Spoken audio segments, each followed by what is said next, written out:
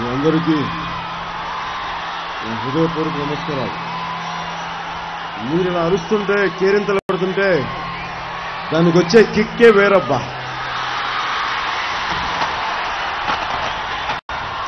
నాకు ఎక్కువసేపు సమయం లేదు.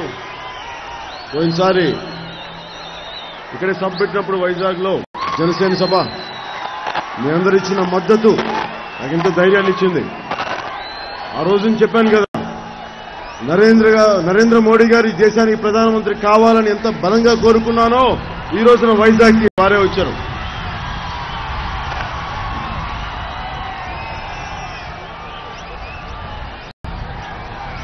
నేను మీకు మొన్న చెప్పాను, మీకు ఎవరికి ఇష్టమైతే వాళ్ళకి ఓటేయండి అని.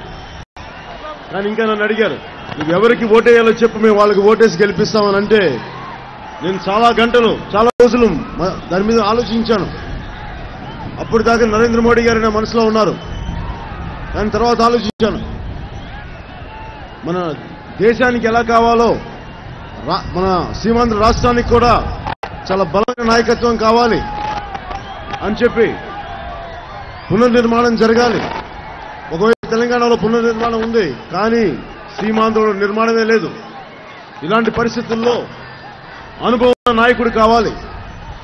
బాగా అన్ని అర్థం చేసుకున్న, ప్రజల అవసరాలను అర్థం చేసుకున్న నాయకులు కావాలి. వీటన్నిటిని ఆలోచించి మనస్ఫూర్తిగా ఒక కొత్త రాజధాని కావాలంటే అదంత సులువు కాదు. అది ఒక సినిమా సెట్టింగ్ కాదు, ఒక 6 నిమిషాలు పాటకేసే సెట్టింగ్ కాదు. అది 8 కోట్ల మంది కట్టాల్సిన ఇల్లు. ఒక హైదరాబాద్ లాగా మొత్తం కేంద్రీకృత ఒకచోటే పెట్టకుండా అన్ని చోట్ల సమానమైన అభివృద్ధి చేయాలి. ఇలాంటి దశలో నాకు కనిపించింది శ్రీ నారా చంద్రబాబు నాయుడు గారు కనిపించారు. ఒకవైపు సీమాంధ్ర ప్రాంత ఆత్మగౌరవాన్ని కాపాడలేని వైఎస్ఆర్సీపీ నాయకుడు జగన్మోహన్ రెడ్డి సీమాంధ్రకు ముఖ్యమంత్రి కావాలని ప్రయత్నిస్తున్నాడు, ఆలోచిస్తున్నారు. ఎవరైనా సరే నాకు ఈ మధ్యన అనిపించింది, వాళ్ళ అమ్మగారైనా విజయమ్మ గారు ఇక్కడ నిలబెట్టారని చెప్పి నాకు నిజంగా బాధ కలిగింది.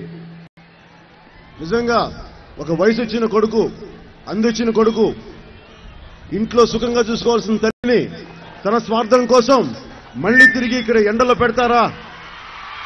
మీరు చెప్పండి. నిజమైన కొడుకు ఎవరైనా సరే వయసు వచ్చిన తల్లిని గుండెల్లో పెట్టుకొని ఇంట్లో చూసుకుంటారా? లేదంటే అమ్మా నువ్వు నా కోసం కష్టపడు, నువ్వు రోడ్ల మీదకి వెళ్ళు, ఎండలో తిరుగు అని తల్లిని ఎవరైనా కష్టపెడతారా?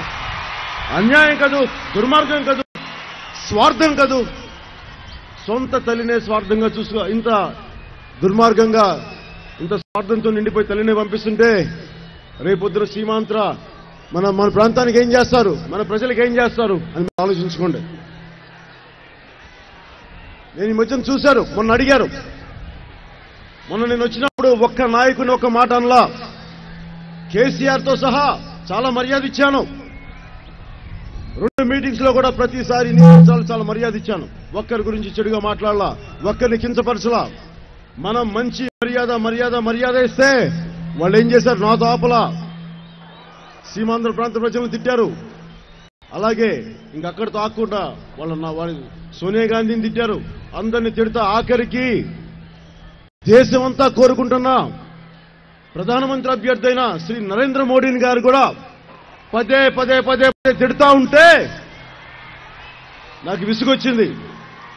దేశ సమగ్రతను ఎలాగ చెడగొట్టావు కేసీఆర్, ప్రాంతీయ వైషమ్యాలు రెచ్చగొట్టావు, కానీ ఇప్పుడు దేశానికి అందరూ కోరుకునే నాయకులు నువ్వు తిడుతున్నావని చెప్పి నేను ఓరుగల్లులో చాలా బలంగా మాట్లాడాను.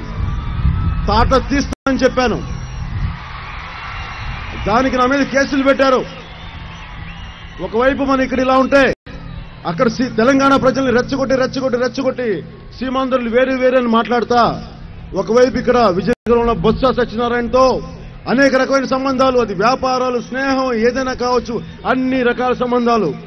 ఒకవైపు కేసీఆర్ కుటుంబం తెలంగాణ ప్రజలను మోసం చేసింది, ఒకవైపు ఈ వైఎస్ జగన్మోహన్ రెడ్డి కుటుంబం, ముఖ్యంగా వైఎస్ జగన్ ప్రజల్ని మభ్యపెడుతున్నారు. ఇన్ని మోసాలు చేసి, ఇన్ని దౌర్జన్యాలు చేసి ఈ రోజున మన రాష్ట్రం నిట్టు నిలువునగా చీలిపోయిందంటే దానికి కారణం వైఎస్ జగన్ యొక్క స్వార్థపూరితమైన కోరిక ముఖ్యమంత్రి కావాలి అని చెప్పి. ఇలాంటి స్వార్థపరుల్ని ఈ సీమాంధ్రకి కానీ ముఖ్యమంత్రిని చేస్తే గుడులను మింగే అలవాటు ఉన్న వాళ్ళకి ధ్వజస్తంభం మింగటం ఎంత తేలిక, అదొక లెక్క. రెండు రాష్ట్రాలు కలిపిన ఒక ఆంధ్రప్రదేశ్ని మింగగలిగినప్పుడే వీళ్ళు రేపొద్దున సీమాంధ్ర రాష్ట్రం చాలా చిన్నది, చిటికలో మింగేయగలరు. ఇలాంటి వాళ్ళకి నేను సభాముఖంగా చెప్తున్నా, మీరు వైఎస్ రాజశేఖర రెడ్డి నాయకత్వం చాలా దోపిడీలు చేశారు, ఎస్సీజెడ్లు చేశారు. నేను 10 సంవత్సరాలుగా మీ దోపిడీలు దౌర్జన్యాలు చూస్తూ ఉన్నా, భరించాను, సహించాను. కానీ ఇక మీ ఆటలు సాగవు. మీరు అధికారంలోకి రారు రారు రారు.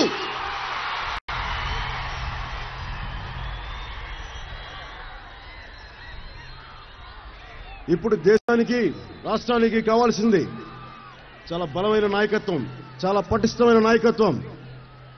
ఇప్పుడు ప్రధానమంత్రి అభ్యర్థిగా పోటీ చేస్తున్న శ్రీ నరేంద్ర మోడీ గారు దేశానికి ప్రధానమంత్రి అయితే సీమాంధ్ర ప్రాంతానికి చాలా లాభం. మీకు తెలుసు, ఎన్నో ఉగ్రవాదుల దాడులు పార్లమెంట్ మీద దాడి చేసినా కానీ మనకు ఒక్క మాట గుర్తుందా?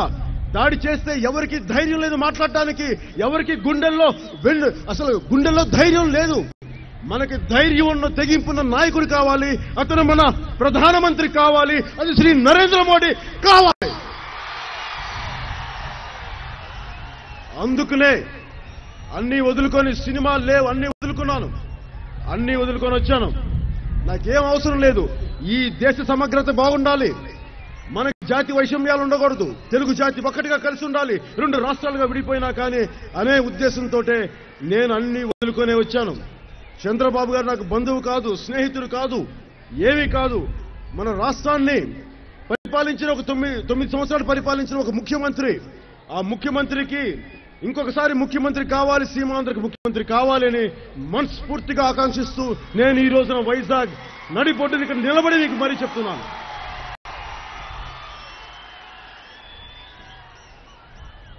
నాకు ఎక్కువ సమయం లేదు కాబట్టి నేను ఆఖరిగా మీకు చెప్పేది ఏంటంటే, వర్షం కూడా పడుతుంది, శుభసూచకం. ఇక్కడ సీమాంధ్రలో చంద్రబాబు నాయుడు గారిని నేను ముఖ్యమంత్రిగా చూడాలనుకున్నాను, మీతో సహా. మీ అందరూ ఆయన ముఖ్యమంత్రిగా చూద్దాం. అలాగే శ్రీ నరేంద్ర మోడీ గారిని ప్రధానమంత్రిగా చూడాలని మనస్ఫూర్తిగా ఆకాంక్షిస్తున్నాను. అలాగే ఆయన తరఫున అభ్యర్థిగా శ్రీ హరిబాబు గారిని ఇక్కడ వైజాగ్ పార్లమెంట్ అభ్యర్థిగా గెలిపించాల్సిందిగా కోరుకుంటూ, వారి తరఫున తెలుగుదేశం పార్టీ తరఫున నాయకులందరికీ ప్రతి ఒక్కరిని గెలిపించాల్సిందిగా కోరుకుంటూ మనస్ఫూర్తిగా ధన్యవాదాలు తెలిపి సెలవు తీసుకున్నాను. జై హింద్.